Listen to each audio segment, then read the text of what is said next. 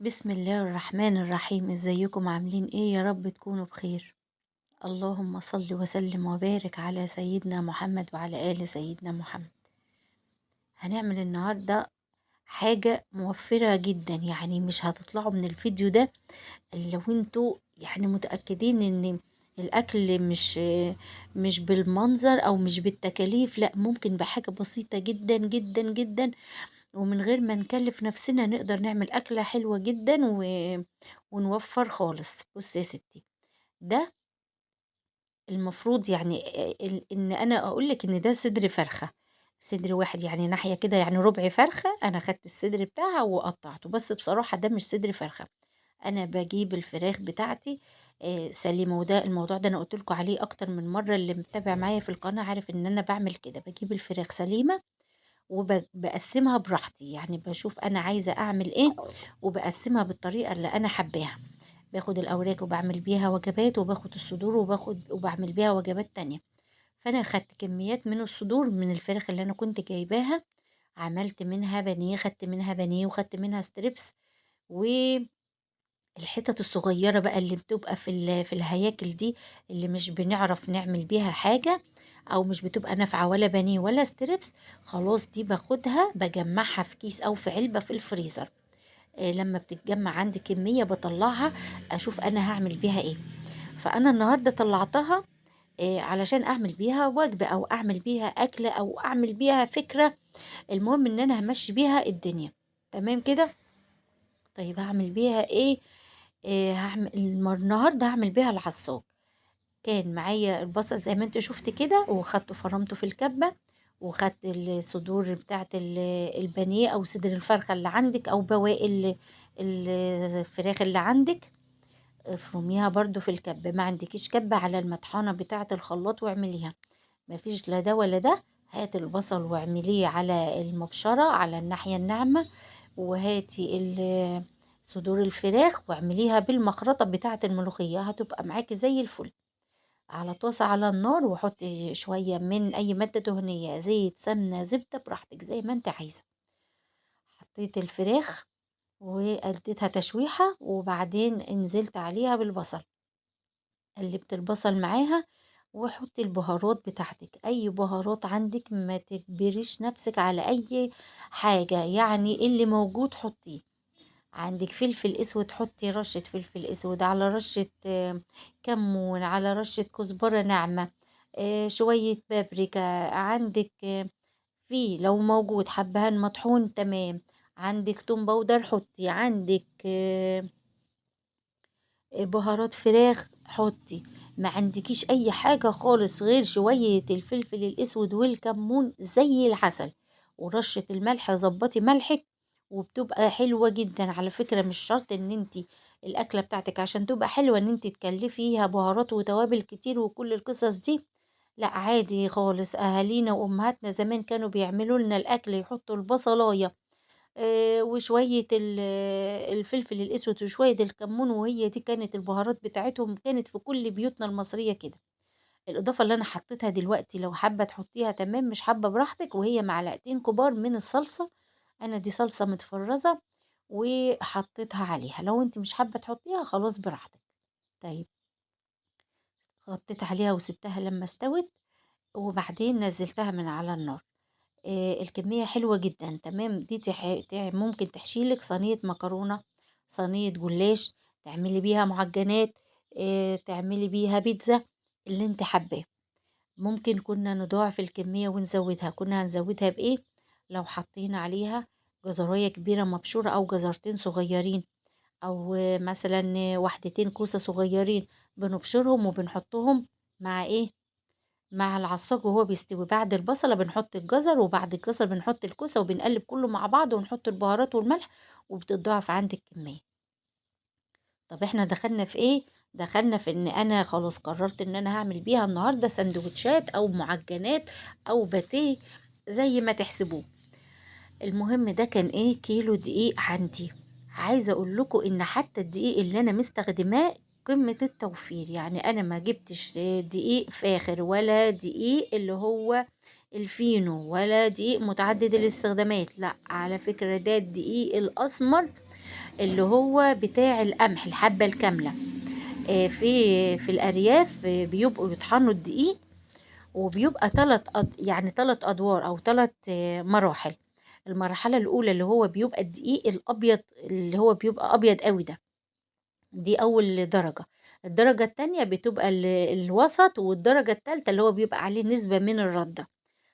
أنا كان عندي شوية، وعايزة أقول لِك إن هو ده الدرجة التالتة، يعني بُصّي حلو جدًا على فكرة، يعني شوفي إن هو رغم إن هو درجة تالتة، إلا إنه كان حلو جدًا وطلّع معايا معجنات حلوة، وهتشوفوها في آخر الفيديو معانا هتبقى جميلة.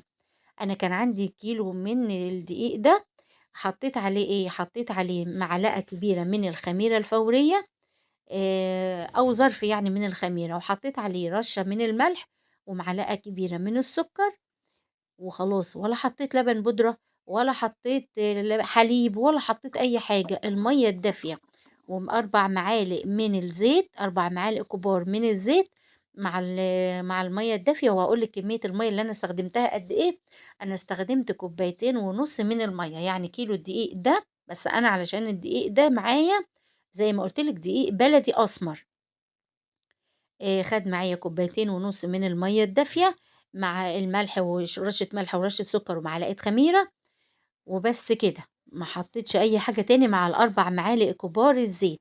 تمام، عايزة تحطي أنتِ أي حاجة، أي إضافات تاني براحتك. أنا باقول لِك إن أنا عاملاها النهارده اقتصادية، اقتصادية جدًا، جدًا، جدًا، يعني ما فيش توفير أحسن من كده.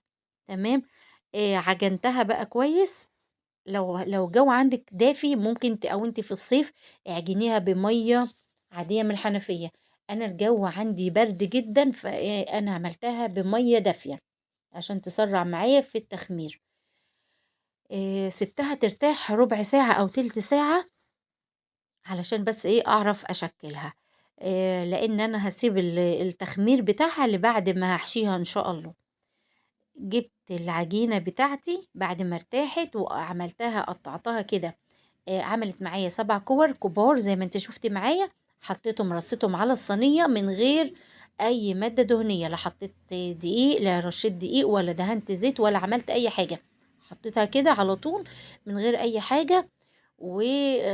خدت بقى القطعة منهم وفردتها على الرخامة. الرخامة عندي نضيفة طبعًا، كويسة جدًا، نضيفة جدًا وممسوحة بخَل، يعني أنا باعمل عليها وأنا عارفة متأكدة من نضافتها.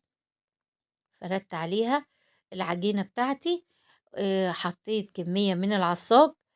عايزة تحطي العصاج بس كده لوحده، تمام. عايزة تجيبي مثلًا عندِك فلفل ألوان وعايزة تقطّعي بقى كده زيادة في الألوان وفي زيادة في القيمة الغذائية، قطّعيه قطع صغيّرة أو شرايح طولية رفيّعة وحطّيه مع الحشوة. عندِك جبنة موتزاريلا عايزة تحطّيها رشّة من عليها حطّي، عندِك جبنة رومي مبشورة حطّي. أي حاجة أنتِ عايزة تضيفيها ضيفيها. أنا باقول لِك إن أنا عملت كده بس ليه، علشان أورّيكِ إن هي قد إيه موفّرة، وتقدري بأقل الإمكانيات تعملي حاجات وتطلّعي حاجات إبداعات جميلة جدًا، جدًا بأبسط الإمكانيات. تمام، أنا جبتها وفردتها وحطيت فيها الحشوة ولفّيتها زي ما أنتِ شُفتِ كده، وقطّعتها بالسكينة، يعني أبسط الإمكانيات وأبسط المقادير، والفيديو بتاعنا النهارده كل حاجة فيه بسيطة. جبت صينية ودهنتها بمسحة من الزيت، قفّليها بقى كويس علشان الحشوة بتاعتها ما تُقعش منها، ورصيها عندِك في الصينية، زي ما قُلت لِك الصينية فيها مسحة من الزيت. تمام، بُصّي شكلها حلو جدًا. عايزة أنتِ بقى يعني الأشكال دي براحتك، عايزة تكبّريها أكتر من كده، عايزة تخلّيها أصغر من كده تبقى mini molto، mini باتيه قصدي، براحتك. أنا شايفة إن الحجم ده بالنسبة لي كويس، وسيبي ما بين كل واحدة والتانية مسافة، لإن هي هتختمر طبعًا وهيتضاعف الحجم بتاعها.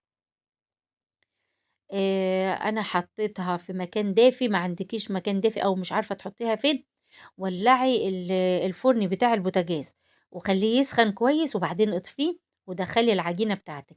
حُطّي كل العجين بتاعِك فوق بعضه، يعني حُطّي ما بين كل صينية والتانية أي صينية أو أي حاجة، علشان بس يعني الصواني ما تلزقش في بعض، العجين ما تلزقش في بعضه، وسيبيها في الفرن بالكتير خالص تِلت ساعة أو نُص ساعة، هتخمر معاكِ وهتضاعف حجمها زي ما أنتِ شايفة كده، تمام. أنا مش باحب أدهن وش المعجنات بتاعتي بيض، ليه؟ أنا عندي الولاد مش بتحب زفارة البيض أو ريحة البيض عامةً في المعجنات، فأنا دهنت الوش بتاعها بس بمسحة من الزيت. لو أنتِ حابة تجيبي صفار بيضة وتحطّي عليه معلقتين من الحليب ودوّبيهم وادهني بيها وش المعجنات بتاعتِك. أنا ما دهنتهاش بأي حاجة غير مسحة الزيت اللي أنتِ شُفتيها دي، وبعد ما طلعت معايا رصيتها على الصينية. بُصّي حلوة جدًا، الحشوة مش قليلة فيها، الحشوة يعني كميتها كانت كويسة وكانت مناسبة. بُصّي طلعت معايا الكمية، شوفي الصينية مش صغيرة، دي صينية كبيرة، بُصّي الكمية طلعت معايا قد إيه. حجم الباتيه ماهوش صغير، كبير ما شاء الله يعني. بُصّي يا ستّي، دي تقدري تعملي بيها إيه، تقدري طبعًا تحطّيها للأولاد في الlunch box، هتوفّر معاكِ إن أنتِ الصبح تقومي تبقي محتارة هتعملي لهم إيه. وعايزة أقول لِك لو جيتِ حسبتيها دول 28 قطعة باتيه محشية. آمم، شوفي أنتِ بقى يعني هتكفّيكِ قد إيه. هتوفّر عليكِ برضه إن أنتِ تقومي وتعملي وكل القصص دي، لأ هتعمليها بكل سهولة وتحطّيها في الlunch box. تقدري كمان إن أنتِ تستخدميها كغدا مثلًا، كوجبة غدا، وتحطّي معاها مثلًا شوية سلطة، شوية مخلِّل. هتبقى حلوة جدًا، تحمّري معاها بطاطس. ممكن كمان تعمليها في عشا لو أنتِ مثلًا يوم كسلانة كده ومش عايزة تعملي عشا، هتطلّعيها للولاد وتسيبيها شوية، هيتعشوا وهيتبسطوا وتمام. يعني هي هتريّحِك في كل حاجة، هتبقى موجودة عندِك في البيت وهتوفّر عليكِ، وما كلّفتناش حاجة. بواقي الفراخ كانت عندنا في البيت والدقيق كان برضه موجود عندي في البيت وبنجيبه مع المشتريات، يعني موفّرة جدًا. يا ريت بقى لو الفيديو بتاعي عجبكم ما تنسونيش باللايك والشير والسبسكرايب، ولو انتم مش مشتركين في القناة يا ريت تشتركوا وتفعلوا زر الجرس عشان يوصل لكم كل جديد من فيديوهاتي. والسلام عليكم ورحمة الله وبركاته.